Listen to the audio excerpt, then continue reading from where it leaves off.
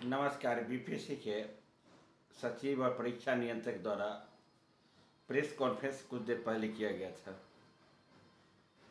Press conference में TRE report पर क्या क्या बातें कहा, बीपीएससी ने कहा, उसके विषय में चर्चा करेंगे। बीपीएससी ने कहा पीटी और मेंस होगा। बीपीएससी ने कहा अगर 5 लाख से कम आवेदन प्राप्त होते हैं तो 3 चरण में परीक्षा होगी। 1 to 5 एक चरण में,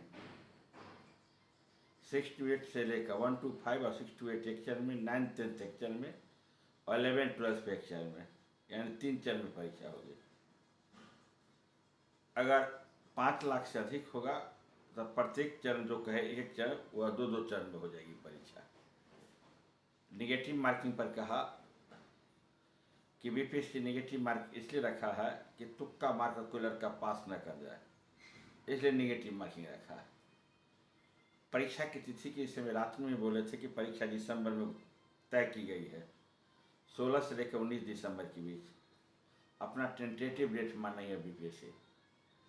हो सके जनवरी में चल जाए, लेकिन मैक्सिमम चांसेस 16 और 19 दिसंबर के बीच बीपीएससी परीक्षा लेगी।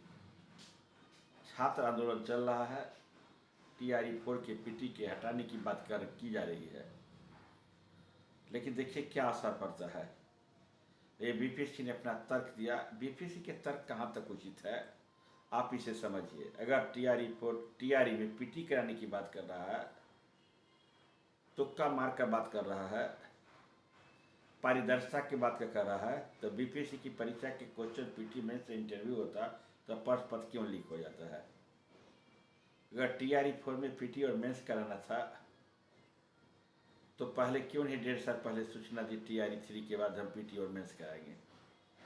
और पीटी और मेंस की पारदर्शिता की बात कहा तो टीआरई 1 में क्या पारदर्शिता नहीं थी, टीआरई 2 में पारदर्शिता नहीं थी, टीआरई 3 में पारदर्शिता नहीं थी।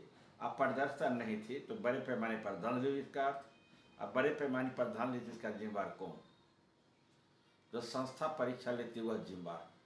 बीपीएससी को बोलने से पहले समझना चाहिए कि अब कब क्यों जरूरी पड़ी। क्या क्वेश्चन आउट हुआ, आंदोलन हुआ इसलिए जरूरत पड़ी?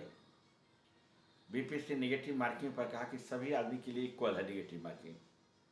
हमको समझ में नहीं आता कि लड़के क्यों इस पर आपत्ति कर रहे हैं। बीपीएससी के प्रेस कॉन्फ्रेंस बीपीएससी ने बोली।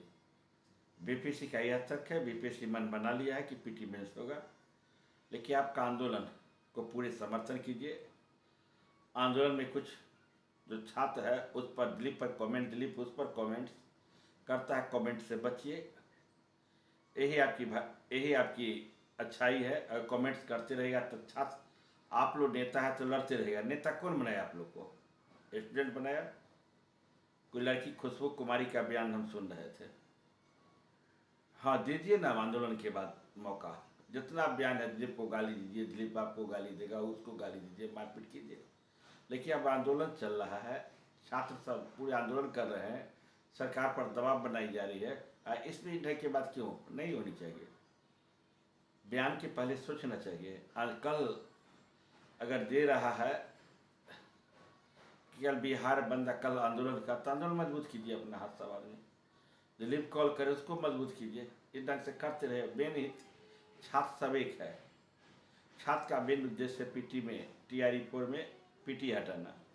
बिहार एसएससी की जो लंबित परीक्षा है, जो परीक्षा नहीं हो रही परीक्षा करवाना। अब परीक्षा के लिए आयोग गठित कर दिया। आयोग कहा कि रिपोर्ट देगा, उसके अनुसार पर होगा। वाह, यही है सरकार। इसी को आप चुने हैं ना। बार बार कहते हैं कि सरकार चेंज होनी चाहिए। जब सरकार कंटिन्यू होती है वह सरकार निकम्मी, बहरी, गूंगी और थोथी हो जाती है। वह सरकार को झेलते रहिए। धन्यवाद, थैंक यू।